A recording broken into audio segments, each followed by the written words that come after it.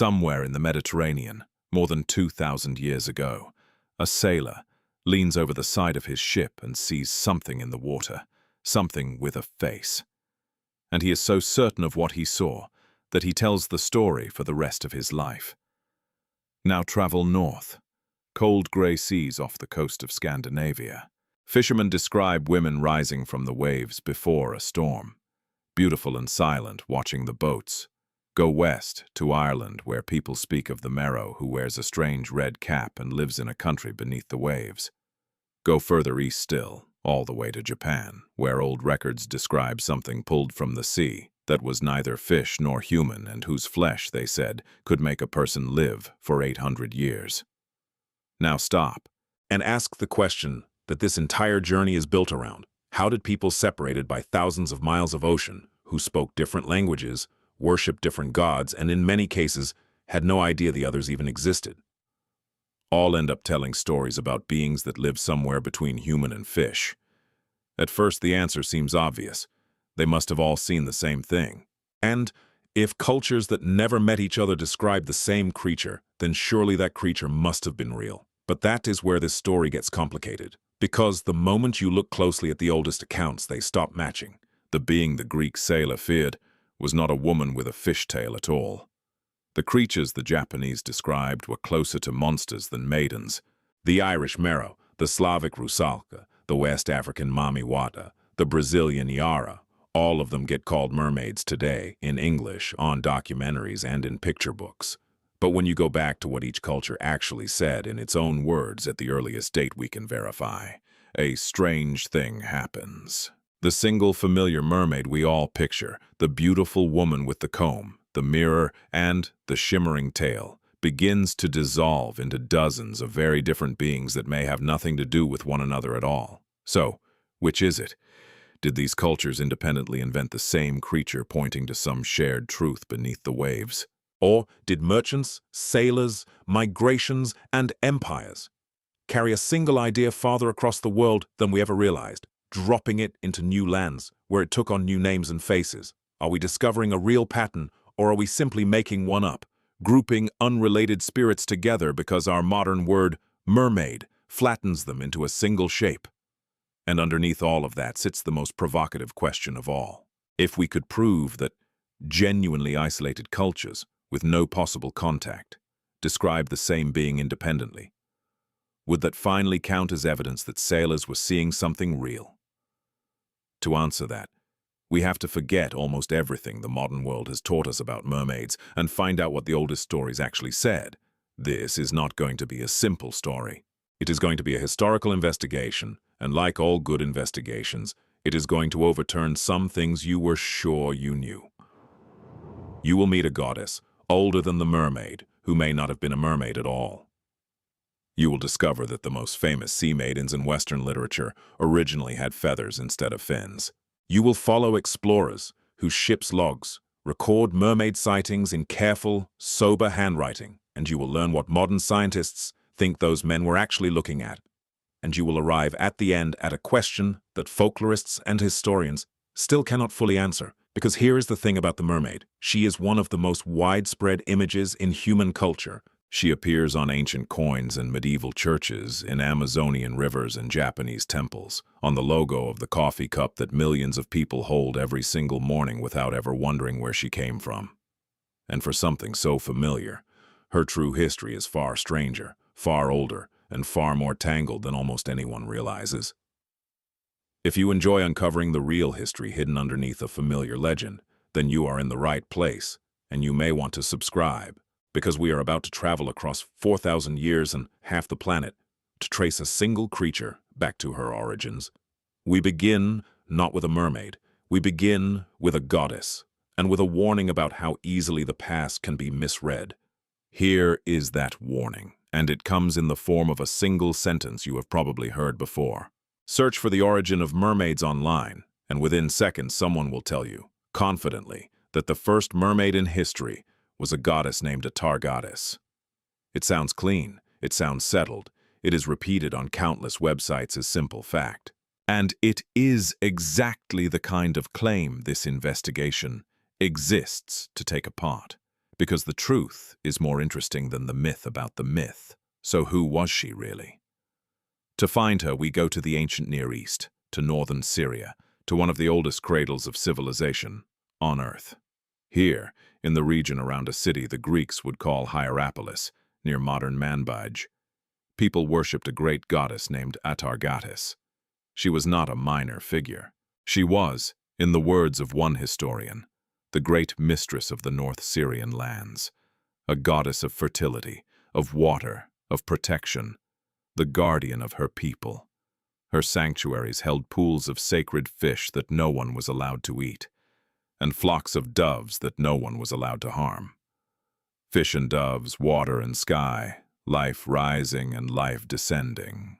This was her signature. And yes, in some of her images, she appears with the tail of a fish. But here is where we have to slow down and be honest, because this is where the popular story quietly cheats. The name most associated with her fish form is not Atargatis, but Derceto, the name the Greeks used, and our earliest detailed account of her transformation does not come from Syria at all. It comes from a Greek historian, Diodorus Siculus, writing in the 1st century before the Common Era, and he is himself quoting an even earlier Greek writer named Ctesias. According to that account, the goddess Derceto fell in love with a young mortal, bore a child, and then, overcome with shame, threw herself into a lake near Ascalon. She did not drown. Her body was transformed, and she took on the shape of a fish, or in some tellings, kept a human face above the body of a fish. Read that carefully, because the details matter more than the summary. This is a story about a goddess who threw herself into water and was changed. It was written down by Greeks, describing a Syrian goddess centuries after her worship began, and told partly to explain why the people of that region refused to eat fish. It is a real, ancient, documented tradition. But it is not quite the same thing as a mermaid, and it is certainly not proof that the mermaid, as we picture her, existed 4,000 years ago. Because here is the trap. A goddess who is sometimes shown with a fishtail is a visual image. A goddess with a story about transforming in water is a piece of mythology. Neither of those is automatically the same as the creature a medieval European sailor meant when he said he saw a mermaid, or the being an Irish farmer meant when he spoke of a merrow. We are the ones drawing the line connecting Atargatis to a Disney character. The ancient Syrians were not thinking of anything of the kind, and the chronology gets even trickier. Atargatis herself did not appear from nowhere. Historians trace her back to older Bronze Age goddesses of the region, figures attested on cuneiform tablets at the ancient city of Ugarit, more than 3,000 years ago. Among them was a goddess given the title Lady of the Sea and Mother of the Gods. Was she a mermaid? There is no evidence for that at all. She was a great sea goddess, which is a very different thing.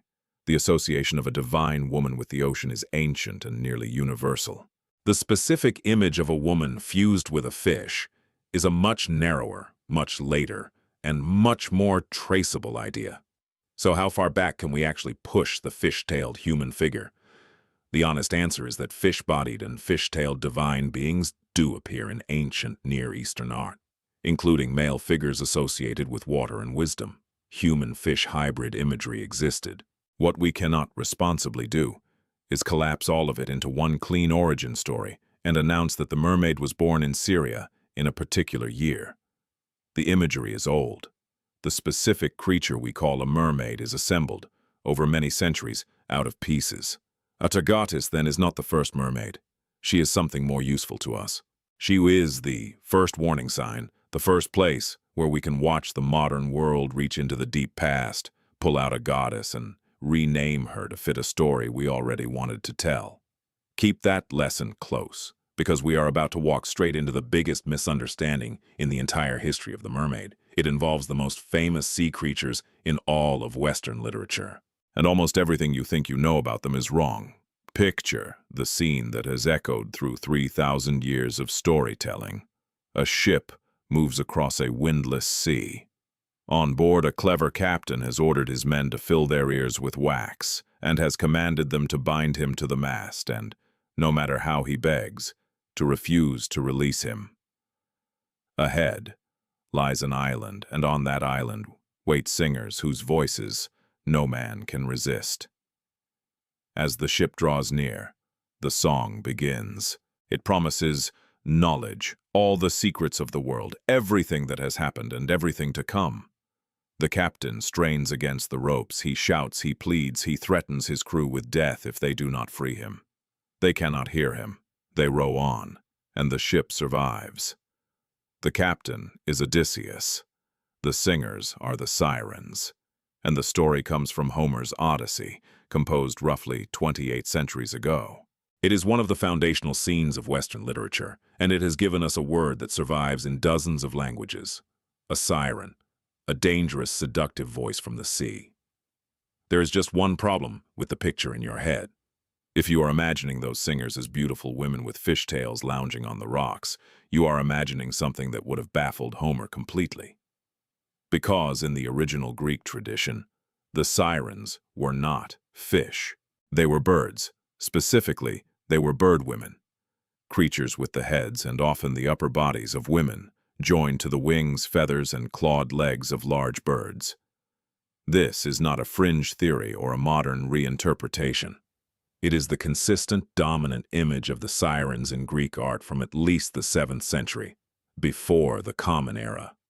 Visible on painted pottery, carved reliefs, and funerary monuments across the Greek world. One famous vase, painted around 480 to 470 before the Common Era, shows the scene from the Odyssey directly, and there the sirens hover as feathered, winged creatures, one of them tumbling from the sky as Odysseus sails past. They perch on rocks, yes, but on clawed bird feet. They are creatures of the air and, in the deeper layers of Greek belief, creatures of death, associated with the souls of the dead and sometimes carved onto tombs. And here is a detail that surprises almost everyone. Homer never actually describes what they look like. Read the passage in the Odyssey, and you will find the song, the danger, the rocks, the bones of the men who listened and died. But their physical form is simply not there. Homer tells us what the sirens do, not what they are. The bird body image comes from Greek visual art surrounding the poem, not from the words of the poem itself.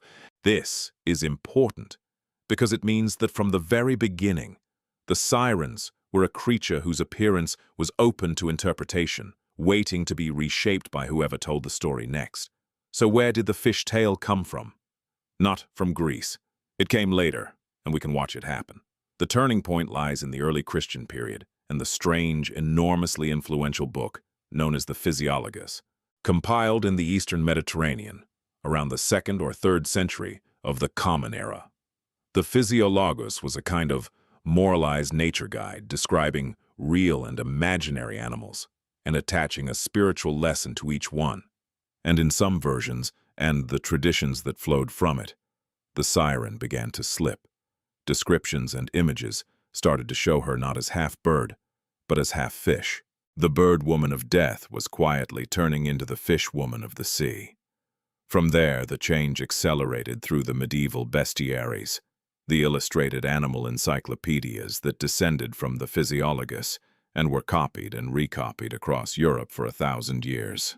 In these books, the siren and the emerging figure of the mermaid blurred together and traded features.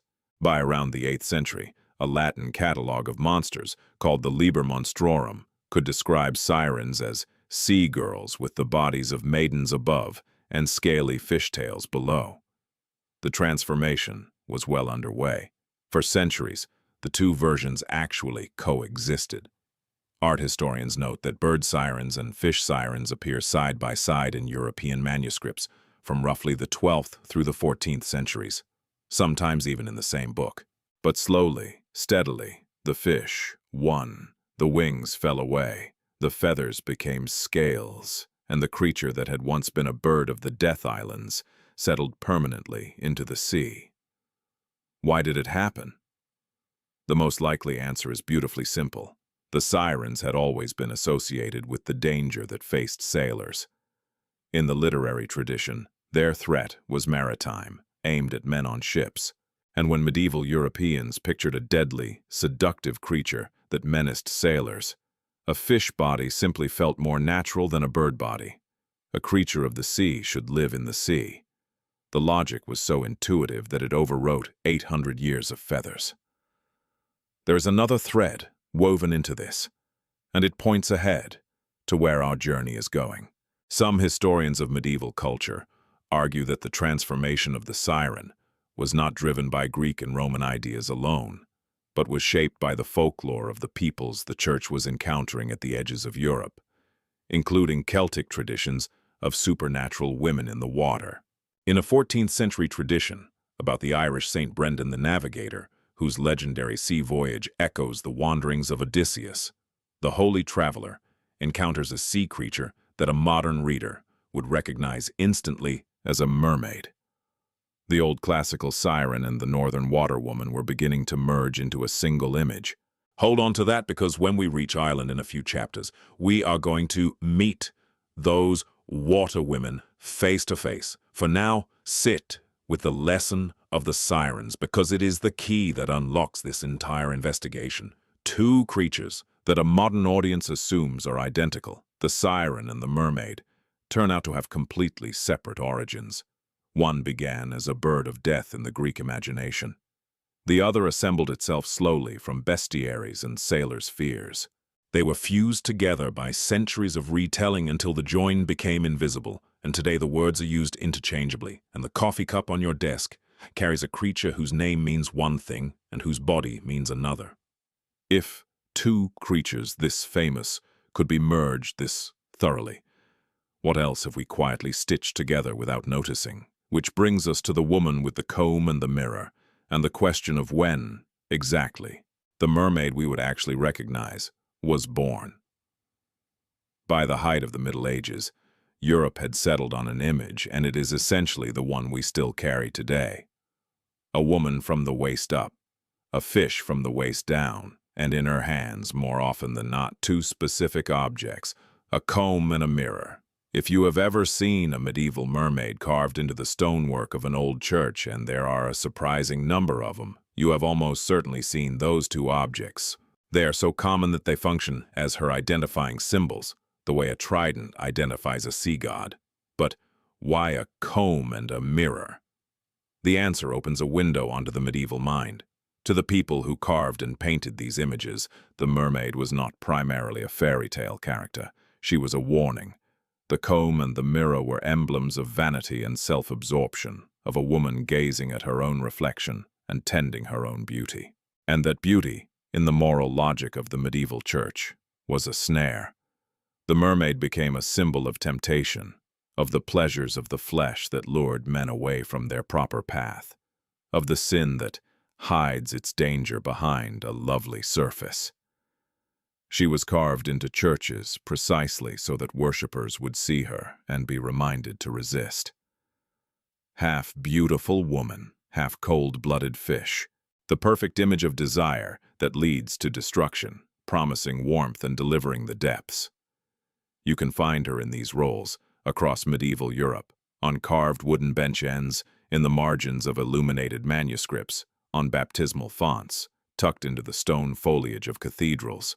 She was one of the most popular decorative creatures of the entire medieval world, and she carried a heavy load of meaning wrapped up in ideas about women, sexuality, vanity, and the ever-present danger of the sea. Now, watch what has assembled itself here, because the medieval mermaid is not one idea. She is a confluence. Into her flow the older Near Eastern images of fish-tailed divine figures drifting westward across centuries of contact and trade. Into her flows the classical siren, stripped of her feathers and given a tail, carrying with her the ancient theme of the seductive and deadly voice from the water. Into her flow the real experiences of real sailors who spent months at sea and came home with stories of strange things glimpsed in the waves. And around all of it, the medieval church wrapped a tight coat of moral symbolism, the comb, the mirror, the lesson about temptation. The mermaid we recognize was not discovered. She was constructed, layer by layer, out of older materials, over more than 1,000 years. And this is the moment to state plainly the principle that will guide the rest of our journey, because we are about to leave the well-documented world of Mediterranean and European texts and travel out to the edges of the map to Ireland, to Scandinavia, to the Slavic rivers, to West Africa, to Japan, to the Amazon. In each of those places, we will meet a being that English speakers today call a mermaid. And in each place, we are going to have to ask the same hard question that Atargatis and the sirens have already taught us to ask. Is this really the same creature? Or is it something entirely its own wearing a borrowed name? Because the deeper we go, the clearer it becomes that mermaid is not the name of a single creature. It is a net that the modern English-speaking world throws over the entire planet, catching dozens of unrelated beings and dragging them together under one word. And the first place that net badly distorts what it catches is a green island in the cold North Atlantic, where the sea people were nothing like the gentle maidens of the storybooks. The coast of Ireland is not a gentle place. The Atlantic arrives here after thousands of miles of open ocean, and it hits the western cliffs with a violence that has shaped the land and the people for as long as anyone has lived on them. This is a coastline of drownings, of fishermen who went out and did not come back, of storms that arrive without warning. And it is here, in the folklore of these hard shores, that we meet the being the Irish call the Merrow. The word comes from the Irish Muruch, and it is usually translated, reasonably enough, as mermaid. But the moment we look closely, the familiar picture starts to shift, exactly as it did with Atargatis and the sirens. Because the Merrow is not simply an Irish copy of the Mediterranean Sea Maiden. She is her own creature, rooted in her own landscape, and she comes with rules and objects and a whole underwater world that the storybook mermaid never had. The female Merrow is described in the tales collected in the 19th century, much as you might expect. A beautiful woman, often with long green hair, sometimes with a small webbing between her fingers, luring and lovely, and taken by fishermen to be an omen. When a Merrow was seen, storms were said to follow. But her defining feature is not her beauty. It is an object. The Merrow possesses a magical cap, called in Irish the Cohulian Druith, and this cap is the key to everything. With it, she can pass down through the water and live in the country beneath the waves. Without it, she is trapped on land, unable to return home. Some accounts describe the cap as red and made of feathers. In the north of Ireland, others speak instead of a seal skin, which is a detail we will want to remember very shortly. But the function is always the same. The cap is her passport to the sea, and if a mortal man can find it and hide it, he can keep her. This is exactly how the classic Merrow marriage tale works. A fisherman glimpses a Merrow on the rocks, steals her Cohulian Druith while she is unaware, and by depriving her of it compels her to come home with him and become his wife. She stays. She often bears him children, and the descendants of such unions, the old accounts claim, sometimes carried a trace of the sea in their bodies, a patch of scaled skin, a hint of webbing between the fingers. The poet William Butler Yeats, who collected and retold these stories in the late 19th century, repeated a tale from near Bantry of a woman covered in scales who was said to be descended from just such a marriage. But there is always the same ending waiting inside these stories, and it is the detail that makes the Merrow tales genuinely haunting, rather than merely charming. The wife never stops being what she is. She keeps the marriage, raises the children, lives the human life, but somewhere in the house, the cap still exists, hidden away, and one day, often years later, she finds it. Perhaps a child stumbles across it and asks what it is. Perhaps she uncovers it while cleaning, and the instant the Cohulian Druith is back in her hands, the pull of the sea overwhelms everything else. She leaves. She abandons the husband and the home and sometimes even the children, and she goes back into the water without hesitation, because the sea was always her true country, and the marriage was only ever a captivity. In some tellings, she looks back with sorrow. In others, she simply vanishes beneath the waves and is never seen again, though she is said to watch over her children from the water for the rest of their lives. One of the most famous versions of this tale was published in the early 19th century under the title The Lady of Golorus, set in County Kerry, in which a green-haired Merrow weds a local man who has taken her red cap and lives with him until the day she recovers it and returns to the sea. It was printed, with commentary, in Thomas Crofton Croker's collection of Irish fairy legends in 1828, the same antiquarian whose work we will keep encountering, and, from Croker, it passed to Yeats and to nearly everyone who has written about the Merrow since. And here we have to pause for a moment of honesty because this investigation is built on it. Not everything in those famous collections is genuine folklore. One of the best-known Merrow stories, a tale called The Soul Cages, in which a grotesque male Merrow keeps the souls of drowned sailors in cages at the bottom of the sea, was long treated as authentic Irish tradition. It turned out to be largely the invention of a writer named Thomas Keatley, who essentially fabricated it and passed it off as folklore. It is a small scandal in the history of folklore studies, and it is a perfect reminder of how carefully we have to tread. Even the collectors we rely on sometimes blurred the line between recording a tradition and inventing one. When we ask what a culture really believed, we have to keep separating the genuine old material from the later literary embroidery, and it is not always easy. That grotesque male Merrow, though invented tale or not, points to something real in the tradition, and it is one of the strangest and most revealing features of Irish sea folklore. The Merrow was not only female. There were male Merrows too, and according to the collected accounts, they were hideous. Where the females were beautiful, the males were described with green skin, green teeth, sharp red noses, pig-like eyes, and a general ugliness so pronounced that the female Merrows were said to prefer human men. Croker, Yeats, and other writers stated this almost as a matter of fact. It is a detail that has no equivalent in the glamorous Mediterranean mermaid at all, and it tells us something important. The Merrow was imagined as a whole people, a species with males and females and homes and social lives, living in their own realm called Tír Fóth Uainn, the land beneath the waves. This was not a solitary symbol of temptation, carved onto a church wall. This was an entire parallel society under the sea. So now we arrive at the question this chapter was built to ask. Is the Merrow really the same creature as the Mediterranean mermaid, or are we applying a borrowed word to something fundamentally Irish? And the honest answer is that the Merrow is a genuine blend. She clearly shares the fish-tailed sea maiden image that had spread across Europe by the medieval period. The image we watched assemble itself out of sirens and bestiaries. But she also carries something older and specifically Irish.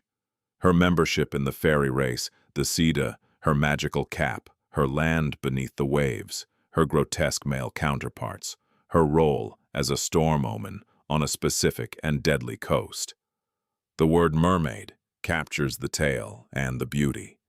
It captures almost nothing else.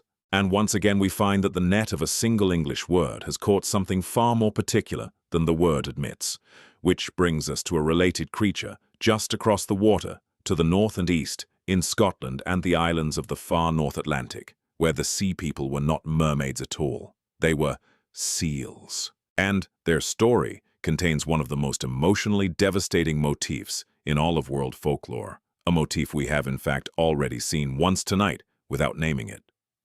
Along the coasts of Scotland, Orkney, Shetland, and the Faroe Islands, people told of the Selkie, and it is important to say clearly, because English speakers constantly get this wrong, that a Selkie is not a mermaid. A Selkie has no fishtail. A Selkie is a seal, an ordinary grey seal in the water, who can come ashore, shed its sealskin, and step out as a human being of extraordinary beauty. The magic is in the skin. As long as the seal people wear their skins, they belong to the sea. When they take them off, they can walk the land as men and women. And the skin, exactly like the Merrow's cap, is the key to everything. You can already feel the shape of the story arriving, because it is the same shape we just saw in Ireland. A man walking the shore comes upon a group of Selkie women who have shed their skins to dance in the moonlight. He watches, and he sees where one of them has left her seal skin. He steals it. When the dancing ends and the others slip back into their skins and into the waves, one woman is left behind, weeping, unable to return, because a mortal now holds her skin. He takes her home.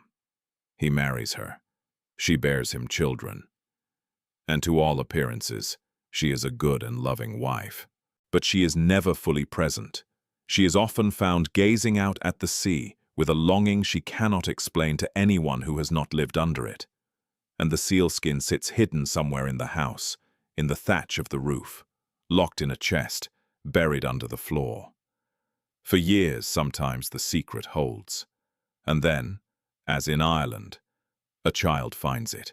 In the most common and most heartbreaking version, one of her own children discovers a beautiful skin hidden away and, not understanding, brings it to their mother and asks what it is. The moment her hands close on the sealskin, the woman is undone. Everything human falls away. She takes the skin, she goes to the shore, she pulls it on, and she slides back into the sea as a seal, leaving her human family standing on the beach. In many versions, she does not entirely abandon her children. She is said to return to the water near the shore, to watch them, to guide fish into their father's nets, to keep a distant, silent, oceanic kind of care over the family she left. But she never comes back to land. The sea is her true home, and the marriage, however kind, was a theft. She was a captive who has finally been set free by the very children she is now leaving. Sit with how precisely this matches the marrow, because it is the heart of what this chapter is really about. In both traditions, we find the identical pattern. A human man, a supernatural woman from the sea, a stolen magical object, a marriage built on that theft, and an eventual, inevitable return to the water the moment the object is recovered. Marrow cap or sealskin, the machinery of the story, is the same, and it does not stop at the edges of the Celtic and Norse worlds. Versions of this tale, the tale folklorists call the Swan Maiden or the Animal Bride, appear across an astonishing range of cultures, from the feathered cloaks of swan maidens in one tradition, to the sealskins of the north, to caps and gowns elsewhere. The supernatural wife, captured by the theft of the thing that lets her fly or swim away, held in a marriage until she recovers it and vanishes, is one of the most widely distributed story patterns on Earth. And that raises a question that is going to grow louder as our journey continues. Why do maritime societies, in particular, keep telling this same aching story about a woman from the sea who can never truly be kept? Is it because they were all describing the same, real encounters? Or is it because the story is doing something for the people who tell it? Something about loss, about marriage to someone who came from far away, about the sea itself, which gives a community its life and its food, and then, without warning or apology, takes its people and never gives them back.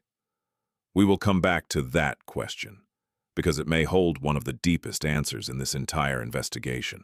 But first, we have to sail east, into colder and darker waters still, where the women who rose from the sea did not come to marry.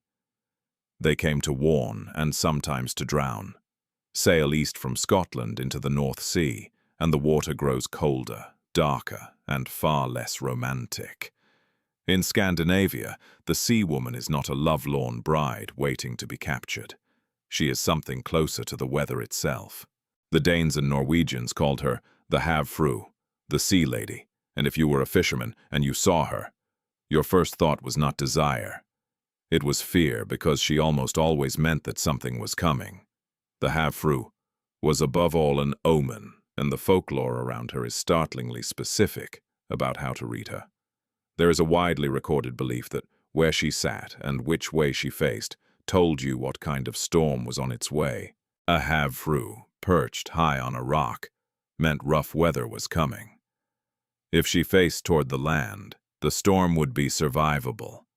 If she turned her face toward the open sea, the storm would be catastrophic, and a wise crew got off the water immediately.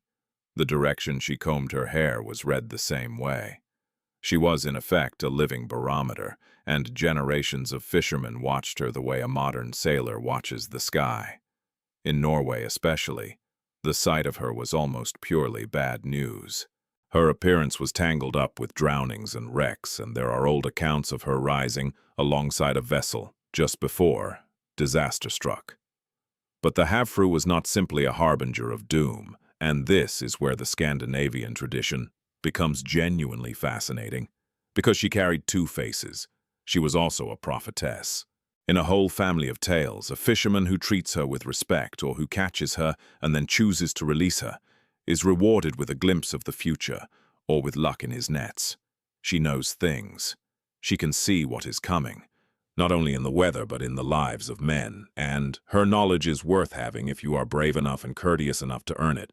So the same creature who could sink your boat could also, if you handled the encounter correctly, tell you your fortune. She was dangerous the way deep knowledge is dangerous. Approach her with cruelty and you drowned. Approach her with respect and you might come home wiser than you left. And she had a temper. One of the most vivid Norwegian anecdotes tells of a havfru who swam too close to a ship and was treated with appalling cruelty by a sailor who lopped off her hand against the gunwale. Her revenge was immediate and total. She raised a storm that nearly destroyed the vessel and very nearly drowned the man who had wounded her. The message in these stories is consistent and old. The sea woman is not yours to harm. She is a power to be negotiated with, and the negotiation has rules, and the rules are enforced by the ocean. Here is a detail that quietly dismantles the idea of one universal mermaid, and it is worth savoring. In these northern waters, the male of the species was not the grotesque, green-toothed creature of the Irish Merrow tradition at all. The Scandinavian merman, the havmund, was frequently described as handsome. A strong bearded figure, sometimes with a green or blue beard, living in the sea and often well-disposed toward humans. Cross a single stretch of water from Ireland to Denmark, and the seaman flips completely, from hideous to handsome. This is not a small inconsistency. It is a flashing sign that we are not dealing with sightings of one real animal that everyone described the same way. We are dealing with distinct cultural imaginations, each shaping the sea people according to its own fears and values. The written record here is unusually rich because Scandinavia produced one of the strangest documents in the whole history of this subject. In the middle of the 18th century, a Dano-Norwegian bishop named Erik Pontoppidan sat down to write a serious natural history of Norway. And in it, he treated the havfru and the havmund not as fairy tales, but as real, if poorly understood, animals of the North Sea. He was aware that wild and fabulous stories were told about them. He tried to strip those away, and what remained, in his judgment, was a genuine creature whose existence he was convinced of, even as he argued that people should stop calling the male a merman, because it was not a man at all, but an animal that merely resembled one. Here was an educated 18th century churchman, applying the tools of natural science and concluding, not that mermaids were nonsense, but that the fantastical stories had obscured a real beast. That instinct, that there must be something real underneath all the folklore, is exactly the instinct this whole investigation keeps circling, and Pontoppidan is one of its most respectable voices. Now travel inland, away from the salt entirely, into the rivers and lakes and forests of the Slavic world, because here we meet the being that exposes the modern mermaid confusion more clearly than any other. Her name is the Rusalka, and today you will find her described, illustrated, and merchandised across the internet as the Slavic mermaid, complete with a shimmering fishtail. That description is not just incomplete. For most of her history, it is essentially wrong and untangling. Why is one of the most revealing threads in this entire story? The Rusalka, in the older and more authentic layers of Slavic folk belief, had nothing to do with fishtails at all. She was a water spirit, yes, haunting rivers, lakes, and ponds, but she was tied just as strongly to the land around the water, to the fields, the forests, the moisture that made crops grow. In many regions, she was connected to fertility and to the spring, and there was a whole festival week in early summer, sometimes called Rusalka Week, when the spirits were believed to leave the water, climb into the willow and birch trees, and move through the fields and forests. During that week, people took real precautions. They avoided swimming. They hung out offerings. Young women performed specific rituals. The Rusalka was not a decorative sea maiden. She was a presence that came out of the water and into the human world at a particular time of year, and she had to be managed. And there is a darker and more haunting layer beneath even that, because in a great many traditions the Rusalka was one of the restless dead. She was said to be the spirit of a young woman who had died before her time and in the wrong way. Most often, a girl who had drowned, and above all a young woman who had drowned herself, frequently after being betrayed in love or dying unmarried or carrying an illegitimate child. These women, denied a peaceful death and a proper place among the ancestors, did not rest. They lingered in the water where they had died, beautiful and pale and dangerous, and they were not gentle. The Rusalka of these stories lures men to the water's edge, and she drowns them, or tickles them to death, or drags them under to share her fate. She is grief and betrayal, turned into a predatory ghost, wearing the shape of a lovely young woman with long, loose, perpetually wet hair. There is nothing of the sweet sea princess in her. She is closer to a vengeful spirit than to anything in a children's book. So how on earth did this creature, a fertility spirit and a drowned revenant of the inland waters, end up with a fishtail and the label mermaid? The answer is a case study in exactly the process. This whole documentary has been tracing, and we can watch it happen in relatively recent history. As Slavic folklore was collected, published, illustrated, and above all absorbed into art, opera, and later popular culture, the Rusalka collided with the internationally dominant Western image of the mermaid, that woman plus fishtail template we watched assemble itself in medieval Europe. Artists reaching for a way to depict a beautiful, dangerous female water spirit reached almost inevitably for the visual language they already had. The tale was grafted on from outside. It was not rising up out of Slavic tradition. It was arriving from the same European template that had already conquered so much of the world's imagination, and it gradually overwrote the older, stranger, land-bound and death-haunted Rusalka in the popular mind. This is the clearest single example of the pattern at the heart of our investigation, so it is worth stating bluntly. The modern concept of mermaid does not just describe creatures, it absorbs them. It reaches out to unrelated beings, a Slavic fertility ghost, an Irish fairy, a Japanese omen fish, and it files off whatever does not fit and adds a fishtail where one is needed, until they all look like cousins of the same creature. Sometimes that absorption reflects a genuine ancient connection. Very often, it reflects nothing more than the reach of a single powerful image and the flattening power of a single English word. When you see a Rusalka today with a gleaming tail, you are not looking at ancient Slavic belief. You are looking at the mermaid template eating another tradition alive within the last century or two, in front of the historical record. And if that can happen to the Rusalka, in modern, well-documented times, it forces the uncomfortable question backward across everything we have seen. How many of the connections we feel so strongly between the mermaids of the world are real inheritances, and how many are illusions created by this same relentless flattening? We have now watched sea women shift from bride to omen, seamen flip from hideous to handsome, and a landlocked death spirit sprout a fishtail before our eyes. The single global mermaid is looking less like a discovery and more like a mirage. But just when the whole idea of a shared, meaningful mermaid seems ready to collapse into pure coincidence and cultural borrowing, we are going to travel to West Africa and then across an ocean with the most terrible cargo in human history, and we are going to find something that complicates the neat, skeptical answer all over again. Because the story of Mami Wata is not a simple case of one image conquering another. It is a case of images colliding, merging, and traveling in ways that even careful historians are still working to untangle. Now we come to a tradition that has to be approached with real care, because it is sacred to living people, and it is constantly misdescribed, and because its history turns out to be the single most illuminating case in this entire investigation. It is the tradition of Mami Wata, the water spirit venerated across an enormous swath of West, Central, and Southern Africa, and throughout the African diaspora in the Americas.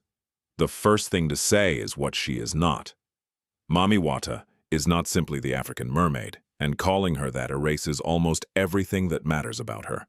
She is a powerful and ambivalent divinity, associated with water, wealth, fertility, healing, beauty, and desire, and she is as capable of destroying her devotees as of blessing them.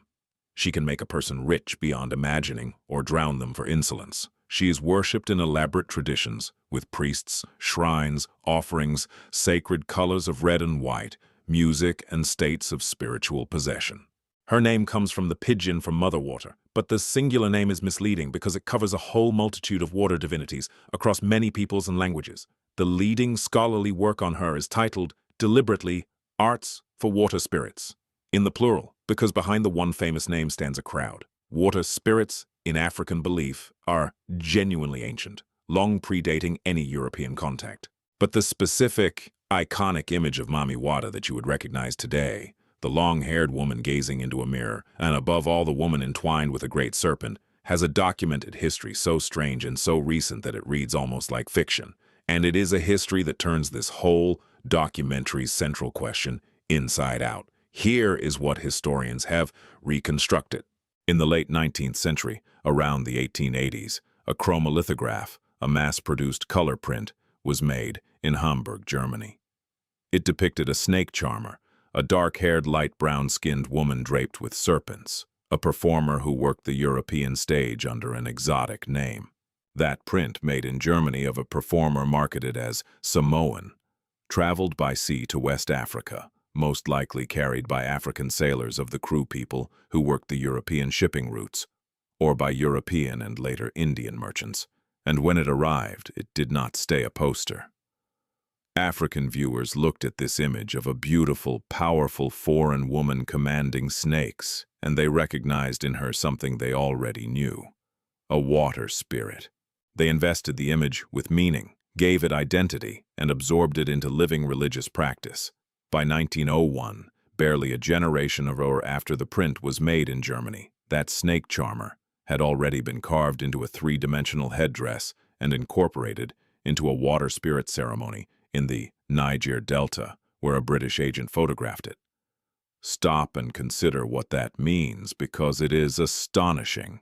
One of the most powerful and widespread religious images in modern Africa was catalyzed by a German advertising print of a stage performer, adopted and transformed by African communities within a few decades, and layered on top of water spirit beliefs that were already old. And it did not stop there. In the early 20th century, traders from India brought devotional prints of Hindu gods and goddesses, and some Mami Wata worshippers absorbed those images too, weaving them into an ever-growing visual vocabulary.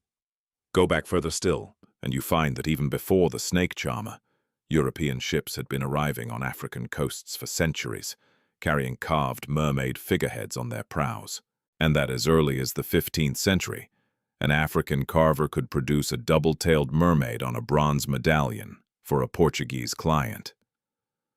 Foreign images of women from the sea had been washing up on African shores, quite literally mounted on the bows of ships, for 500 years. So is Mami Wata just a European mermaid in African dress?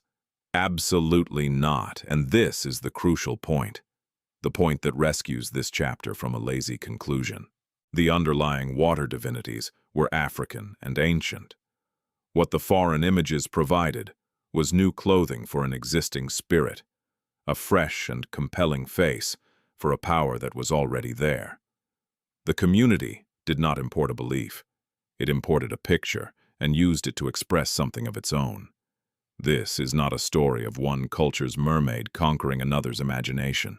It is a story of images traveling the trade routes of the world and being actively, creatively seized and repurposed by the people who receive them. And that is exactly why Mami Wata matters so much to our central question, because she demonstrates, in clear and recent and documented history, that when two distant cultures end up with similar water spirit imagery, it does not prove they independently saw the same real creature. Sometimes it proves the opposite, that a picture traveled on a ship along a trade route and found a home in a belief that was waiting to receive it. Mami Wata is proof that similarity can be manufactured by contact, and that it can happen fast, And that it can happen without anyone lying or being fooled. It is the great cautionary tale standing in the middle of our investigation, warning us not to mistake the reach of a traveling image for evidence of a real animal in the sea, which makes it all the more startling when we sail to the other side of the world, to a culture that developed in genuine isolation for long stretches of its history, and find a water being so different from the Western mermaid that the usual explanations start to fail. We are going to Japan to meet the Ningyo.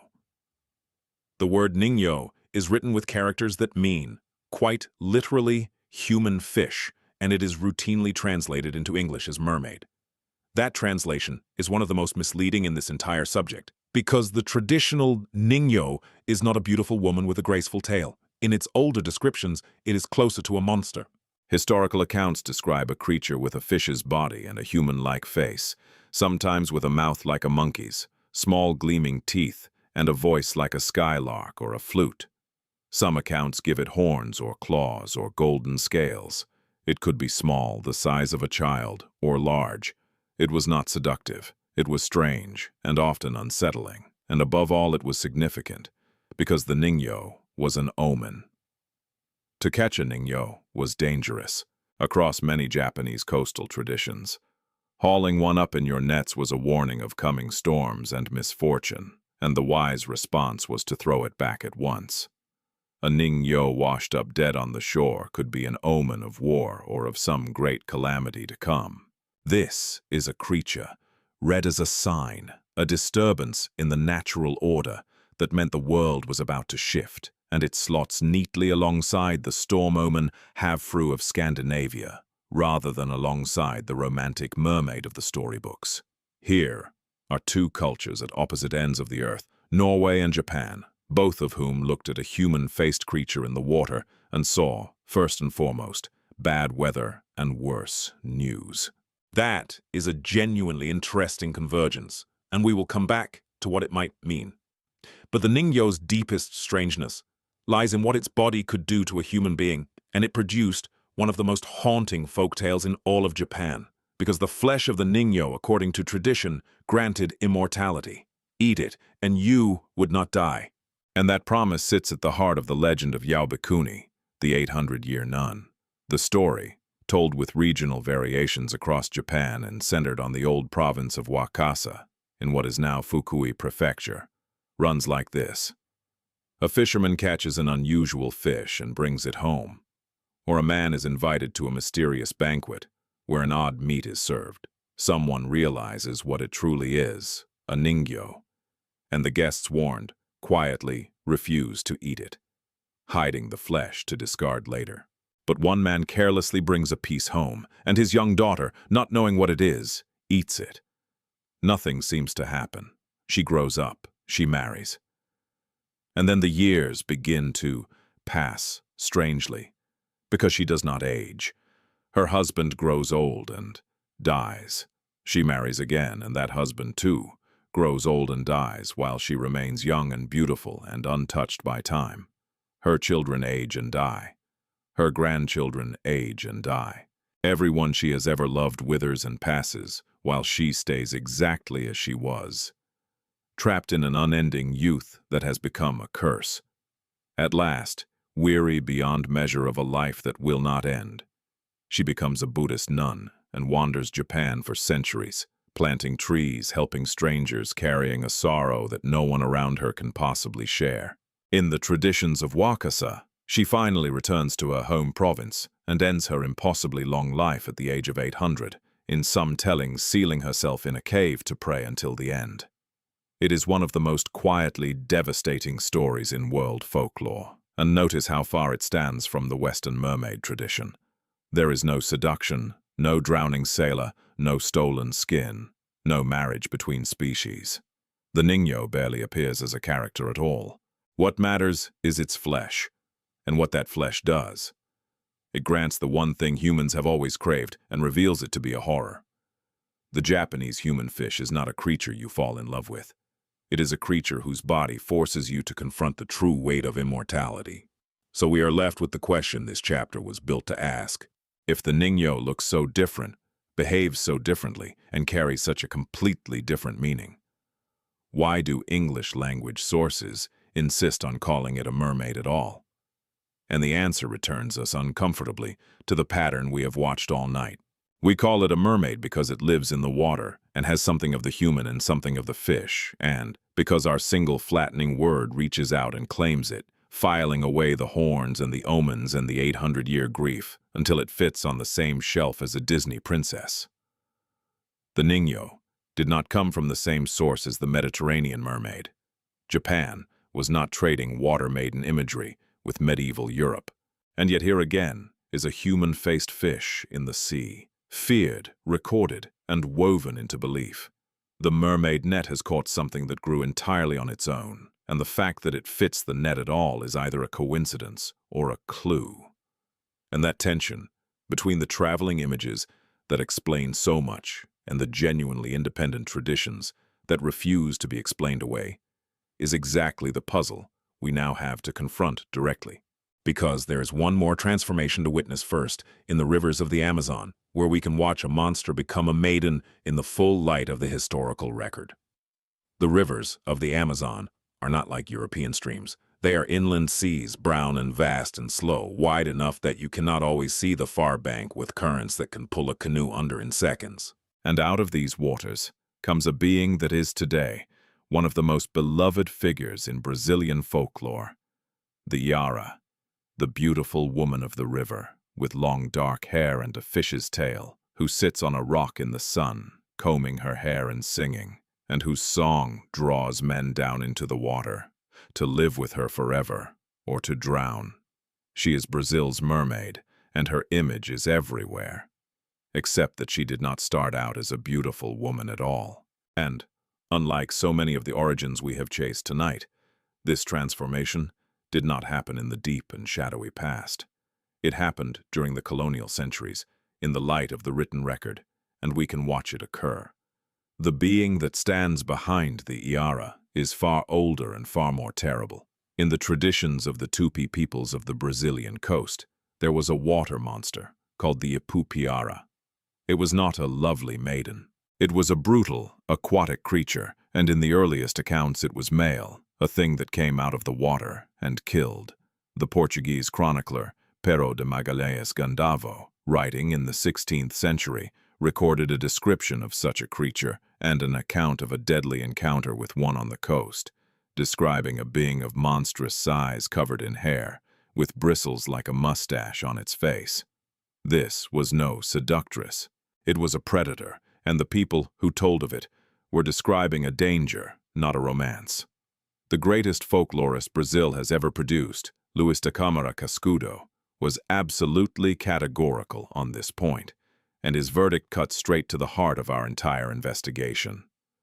He stated flatly that no chronicler of colonial Brazil ever recorded the Mother of the Waters as a mermaid who lured men by song or transformed into a woman. In the original material, Cascudo insisted, the being is always the Ipupiara, ferocious, hungry, and brutal. The gentle, singing, fish-tailed Iara that lives in the Brazilian imagination today, he argued, did not come from untouched indigenous tradition at all. She was born from cultural collision, and we can name the ingredients of that collision because scholars have traced them. Into the Iara flowed the Tupi Ipupiara, providing the indigenous water monster and the river setting. Into her flowed the European mermaid and siren, arriving with Portuguese colonizers and missionaries bringing the fishtail, the beauty, the seductive song, the comb, and the whole medieval template we watched assemble itself chapters ago, along with related Iberian figures like the enchanted Moorish women of Portuguese and Galician folklore. And into her, some scholars argue, flowed African water goddess traditions, carried across the Atlantic by enslaved people, the reverence for a powerful female deity of the waters. 3 continents worth of belief, forced together in colonial Brazil, and out of that violent mixture, emerged by the 19th century, the Iara we know, an indigenous-featured or sometimes European-featured beauty, combing her hair by the river, singing men to their deaths.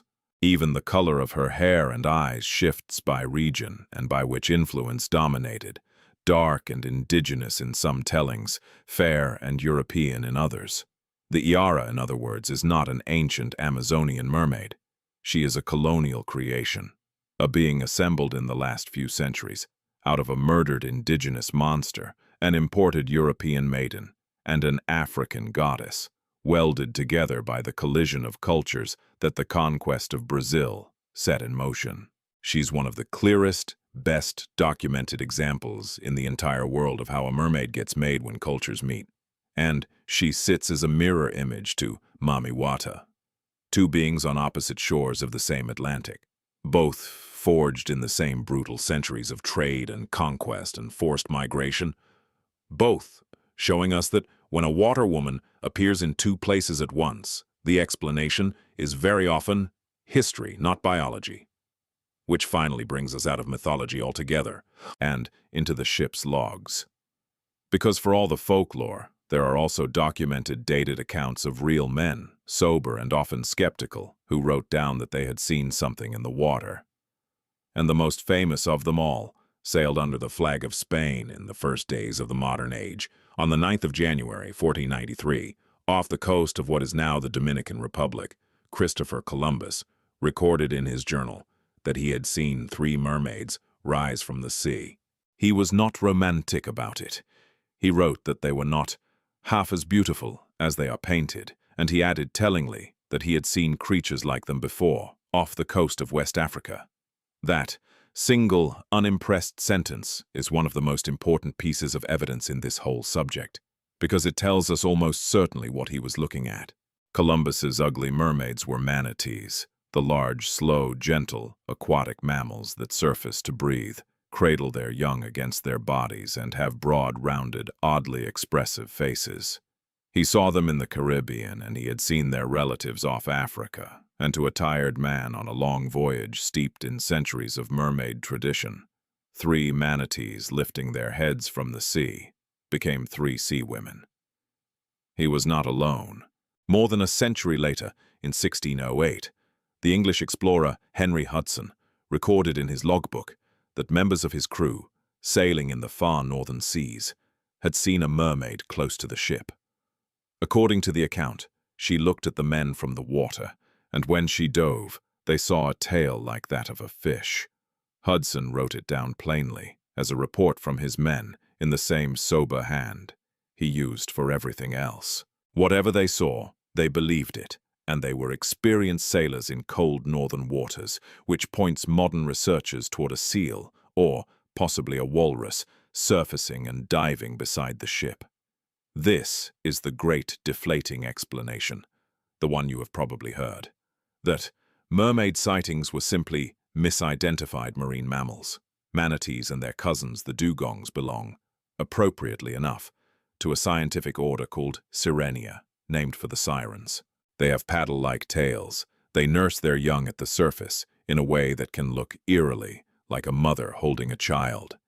And their rounded heads and forward-set features can, at a distance, in poor light, suggest something disturbingly human. Add the exhaustion of a long voyage, the poor visibility of spray and fog, the expectation planted by a lifetime of mermaid stories, and the human brain's relentless hunger to find faces and human shapes in the world around it.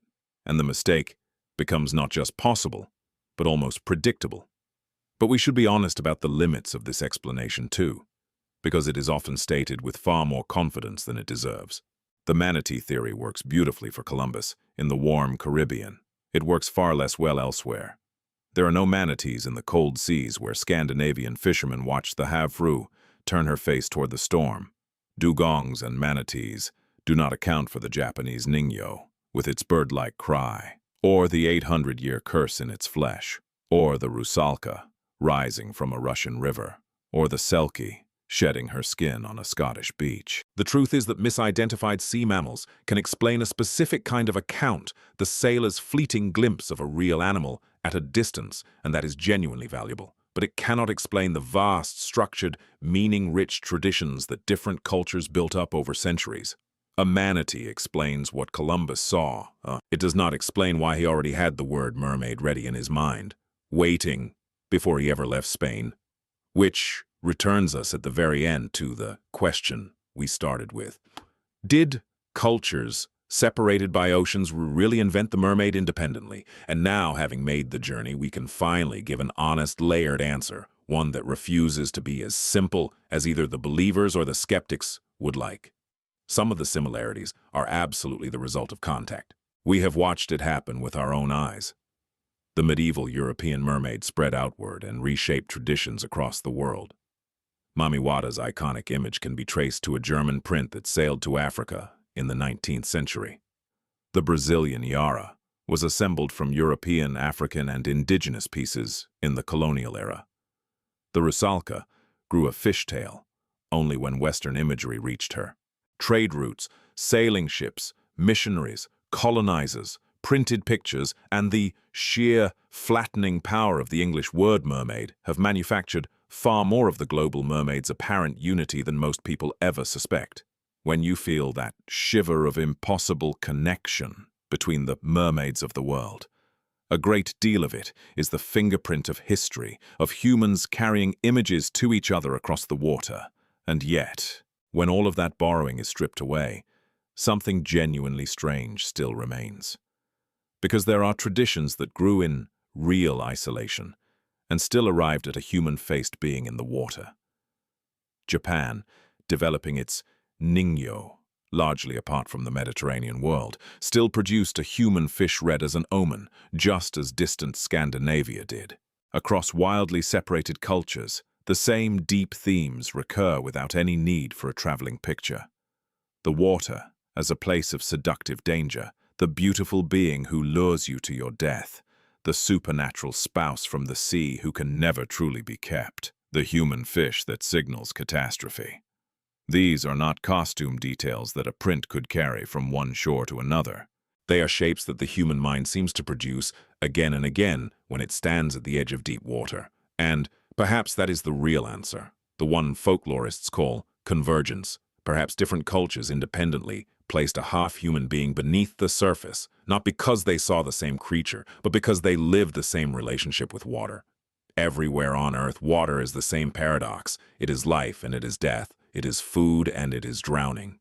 It is the road that carries you to new worlds and the grave that swallows you without a trace. It is the one place a person can vanish completely, in an instant, and never be found. Stand at the edge of that, in any century, on any coast, and the same feeling rises. That something down there in the dark is watching you back. Maybe similar fears in similar places simply produce similar monsters. Maybe the mermaid was invented over and over by water itself. So, could mermaids ever have been real? As an investigation, rather than a wish? The answer has to be clear-eyed. To demonstrate a genuine aquatic humanoid species, we would need what science always needs: bodies, bones, fossils, DNA, a breeding population large enough to sustain itself, consistent biological observation. What we actually possess is something else entirely. We possess folklore, artwork, ship's logs, eyewitness glimpses that dissolve into manatees and seals when examined, and a long history of outright hoaxes, stitched together fish and monkey corpses sold to the curious. All of that is powerful evidence of one thing, and it is not a species. It is evidence that human beings everywhere across all of recorded history have imagined, feared, described, and needed a creature that is part human and part sea. The stories are real.